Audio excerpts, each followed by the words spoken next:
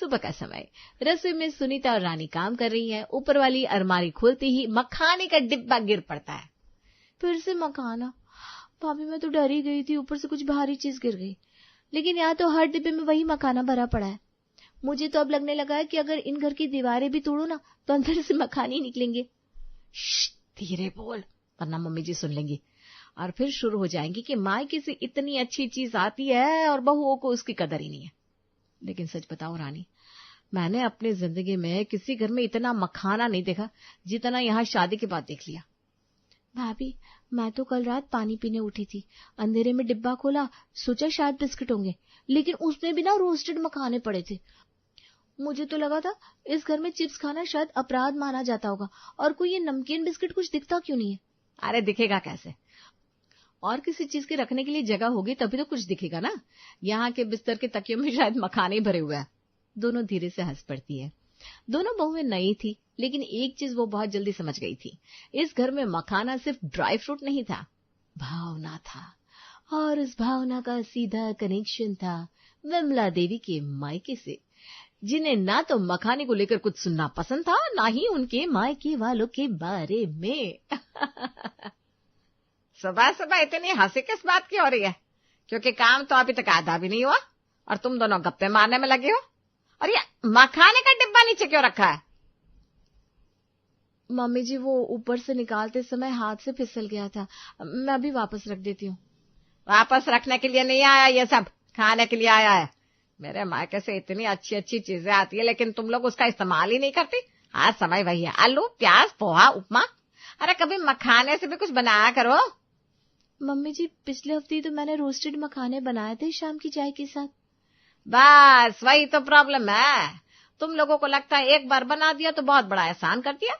अरे मखाने से कितनी चीजें बनती है, सब्जी बनती है, खीर बनती है, नमकीन बनता है, लेकिन तुम लोगों को तो बस बहाना चाहिए। मम्मी जी हम बनाते तो है, लेकिन रोज रोज तो कोई नहीं खा सकता ना, कभी कभी अच्छा लगता है, इसलिए जरूरत के हिसाब से बनाते हैं। जरूरत के हिसाब से? अरे इतनी महंगी चीज घर में रखी है और तुम बोल रही हो जरूरत के हिसाब से? हमारे मायके में तो मखाने की इतनी इज्जत होती है कि मेहमानों को सबसे पहले वही परोसा जाता है। मम्मी जी यहाँ भी इज्जत पूरी है, बस डर ये है कि कहीं ज्यादा इज्जत करते करते घर वाले खुद मखाना ना बन जाए। सुनीता तुरंत रानी को कोहनी मारती है। क्या? रानी की जुबान थोड़ी तेज थी, लेकिन दिल साफ था। उसे अभी तक ये समझ में नहीं आया था कि विमला देवी के लिए मखाने की बुराई करना लगभग मायके की बुराई करने जैसा था, जिससे वो तिल मिला जाती है। दोपहर का समय, खाने की टेबल पर सब बैठे हैं। सुनीता आज फिर साधारण दाल बना दी तुमने। अरे उसमें थोड़े मखाने डाल देती तो स्वाद भी बढ़ जाता और खाने में रॉयल फील भी आता। मम्मी दाल में मखाना? हाँ तो क्या हुआ, बहुत लोग डालते हैं। तुम्हें क्या लगता है मखाना सिर्फ खीर में ही अच्छा लगता है? मम्मी आप तो धीरे धीरे ऐसी हालत कर दोगी कि एक दिन चाय में भी मखाना उबलता मिलेगा। सभी लोग हंसने लगते हैं। मजाक उड़ाओ तुम लोग, लेकिन जिस दिन ये सब बंद हो जाएगा ना तब पता चलेगा कितनी कीमती चीज थी। लेने जाओगे ना बाजार में तब कीमत समझ में आएगी इन महंगी चीजों की तुम लोगों को। अरे विमला रहने भी दो, बच्चे ठीक ही तो कह रहे हैं, हर चीज की भी एक लिमिट होती है, और ऐसा नहीं है कि यहाँ मखाने खाते नहीं है। अरे आप तो चुप ही रहिए जी, आपको क्या है, आपको तो जो प्लेट में रख दो वो खा लेते हो, लेकिन मुझे देखना पड़ता है घर में क्या रखा है, उसका इस्तेमाल हो भी रहा है या नहीं। विमला देवी को सच में दुख होता था। उन्हें लगता था उनके मायके से प्यार से भेजी चीजों की कदर ही नहीं हो रही, लेकिन बहुओं का लॉजिक भी गलत नहीं था। आखिर कोई इंसान हर चीज में मखाना कैसे खा सकता है, या फिर कितनी चीजों में सूखे मेवे डाल सकता है। पूनम मायके से आई हुई है और शाम के वक्त। मम्मी अभी भी इतने मखाने पड़े हैं, पिछले महीने जब आई थी तब भी यही हालत थी। अरे क्या करूं मैं बेटा, यहाँ किसी को उसकी वैल्यू ही नहीं है। मेरे मायके से इतना सब आता है, लेकिन इन बहुओं को बनाना ही नहीं आता। दीदी बनाना तो आता है, लेकिन डर लगता है। डर मखाने से? हाँ दीदी, कहीं ऐसा ना हो कि एक दिन सुबह उठे और मम्मी जी बोलते हैं आज से गेहूं बंद, अब रोटी भी मखाने की ही बनेगी। रानी कल से तुम चाय भी मखानों की ही बनाना, बिल्कुल रॉयल वाली। मैं तो बिस्लरी बोतल की बजाय मखाना वाटर बनाने का सोच रही हूँ। बहुत मजाक सूझ रहा है तुम लोगों को, हैं? लेकिन मैं देख रही हूँ इस घर में मेरे मायके की चीजों की कोई इज्जत ही नहीं है, खुद के मायके में तो कभी ऐसा कुछ खाया नहीं होगा। छोड़ो ना मम्मी, बंदर क्या जाने अदरक का स्वाद। रानी और सुनीता अभी तक हर बात को मजाक में टालती। मुझसे नहीं होगा, सुबह से रात तक सिर्फ मखाना मखाना सुनते रहो। मुझे तो अब अपने सपने में भी ना गोल गोल मखाने ही घूमते दिखने लगे। सच कहूं रानी, मुझे तो लग रहा है कि अब मम्मी जी को प्रैक्टिकली समझाना पड़ेगा, क्योंकि बातों से तो वो मानने वाली है नहीं। मतलब अब मम्मी जी की इच्छा पूरी होगी। कुछ लोगों को आदत होती है अपनी पसंद दूसरों पर थोपने की, और कुछ लोग पहले समझाते हैं फिर समझते हैं, और जब सामने वाला फिर भी ना समझे तो वही करते हैं जो सामने वाला सुनना चाहता है। अगली सुबह, आज नाश्ते में क्या बन रहा है भाई? मम्मी जी, आज से आपकी शिकायत पूरी तरह खत्म हो जाएगी, क्योंकि अब आपको ये कभी नहीं कहना पड़ेगा घर में मखानों का इस्तेमाल ही नहीं होता। अच्छा, मतलब आखिर मेरी बात समझ में आ गई तुम दोनों को। चलो देर से ही सही, लेकिन कम से कम समझदारी तो आई। मम्मी जी, अब तो हालत ऐसी होगी कि घर का कोई कोना बिना मखाने के नहीं मिलेगा। है? इसका क्या मतलब हुआ? कुछ नहीं मम्मी जी, आपकी इच्छा सर आंखों पर हमारे। विमला दीदी खुश थी, बहुत खुश। उन्हें लग रहा था आखिरकार बहुओं को मखानों की महिमा समझ में आ गई। आज ये क्या बना है? क्योंकि दिखने में तो उपमा जैसा लग रहा है, लेकिन इसमें कुछ अलग दिखाई दे रहा है। ये मखाना उपमा है। सूजी कम और मखाना ज्यादा डाला है ताकि घर में रखे मखानों का सही उपयोग हो सके। मतलब सुबह सुबह मखाने ने एंट्री मार दी? अभी तो शुरुआत है। मुझे तो बहुत अच्छा लग रहा है, कम से कम अब रसोई में समझदारी दिख रही है, वरना पहले तो बस वही पुराने नाश्ते चलते रहते थे। अरे भाई, टेस्ट तो अच्छा है। चलो इसका। मेरा भाई चुन चुन के भेजता है मखाने, स्वाद तो होगा ही। दोपहर में, आज सब्जी कौन सी बनी है? क्योंकि दूर से देखने पर समझ में नहीं आ रहा। मखाना आलू की सब्जी। ठीक है। और दाल? उसमें भी हल्के रोस्टेड मखाने डाले हैं ताकि टेक्सचर अच्छा आ जाए। मतलब एक प्लेट में भी मखाना और कटोरी में भी मखाना? अभी मिठाई तो बाकी है। मतलब मखाने की खीर। हे भगवान, इतना परेशान क्यों हो रहे हो तुम लोग? मखाना कोई खराब चीज थोड़ी ना है। हाँ, खराब चीज नहीं है, खाओ खाओ। घर वालों को लग रहा था ये बस 1-2 दिन का उत्साह है। उन्हें क्या पता था बहुएं पूरी तैयारी के साथ मैदान में उतरी है। अगली सुबह, आज इतनी खुशबू किस चीज की आ रही है? मम्मी जी, आज मखाने का चीला बनाया है, क्योंकि हमने सोचा एक ही तरह की चीज बार बार खाने से बोर्डम हो जाता है ना, इसलिए वैरायटी भी जरूरी है। भाभी, आप लोग सीरियसली मिशन पर उतर चुकी हो क्या? बिल्कुल। आखिर मम्मी जी के मायके से इतनी मेहनत से सामान आता है तो उसका पूरा सम्मान तो होना ही चाहिए। मुझे डर लग रहा है कहीं कल टूथपेस्ट में भी मखाना पाउडर ना मिला दो। विमला देवी तो अभी भी खुश थी, क्योंकि अभी तक मखाना उन्हें प्यारा लग रहा था।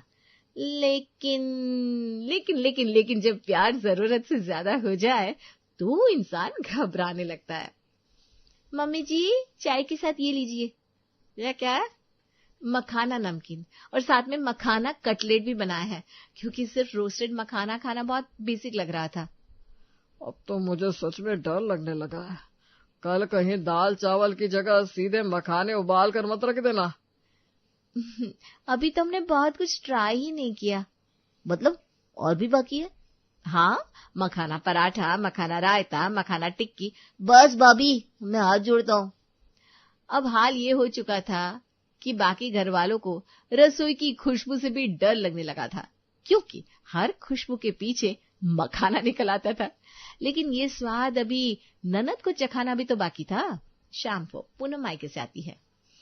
मम्मी, आज कुछ हल्का फुल्का खाने का मन है, क्योंकि बाहर इतनी गर्मी है, भारी खाने का मन ही नहीं करता। दीदी, आपने बिल्कुल सही समय पर एंट्री मारी है, क्योंकि आज शाम के स्नैक्स में हमने बहुत वैरायटी रखी है। अच्छा, क्या बनाया? मखाना भेल, मखाना चाट और स्वीट कैरमल मखाना। क्या तीनों में भी मखाना? खैर खाना छोड़ो, मैंने कहा था मेरे ससुराल वालों के लिए कुछ मिठाइयाँ भी चाहिए, वो मंगवा दी क्या?